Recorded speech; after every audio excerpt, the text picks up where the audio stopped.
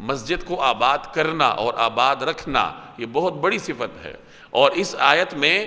ایک اعتبار سے مسجد کو آباد رکھنے والوں کے لیے ایک گواہی بھی ہے کہ جو آدمی مسجد کو آباد رکھتا ہے تو گویا کہ اس کے اندر ایمان کی صفات موجود ہیں۔ تو مساجد کی خدمت کرنا، مسجد کو آباد رکھنا، مسجد کی فلاح کے لیے کوششیں کرنا، یہ کوئی معمولی کام نہیں ہے۔ پہلے یہ لوگوں میں یہ رجحان تھا کہ وہ مسجد کی صفائی میں بھی حصہ لیتے تھے،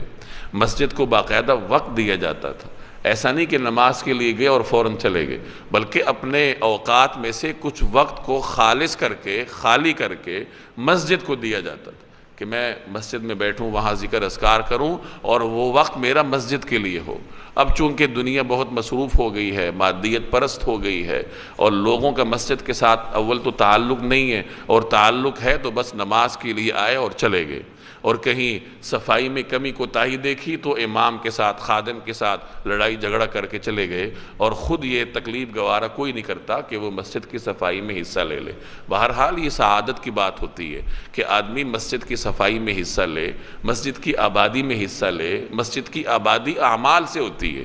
کہ ہر شخص نماز کا داعی بنے، کوشش کرے کہ وہ لوگوں کو نماز پر آمادہ کرے، ذکر اذکار پر آمادہ کرے، اور ہر آدمی یہ کوشش کرے کہ میری وجہ سے مسجد کی آبادی میں اضافہ ہو۔ کوئی ایک آدمی میری وجہ سے مسجد میں آ کر نماز پڑھنا شروع کر دے تاکہ جماعت کی تعداد زیادہ ہو جائے، تو یہ بہت سعادت کی بات ہے جو کہ آج کل لوگوں کے رجحانات میں شامل نہیں رہی۔ تو بہرحال اس کی کوشش کرنی چاہیے۔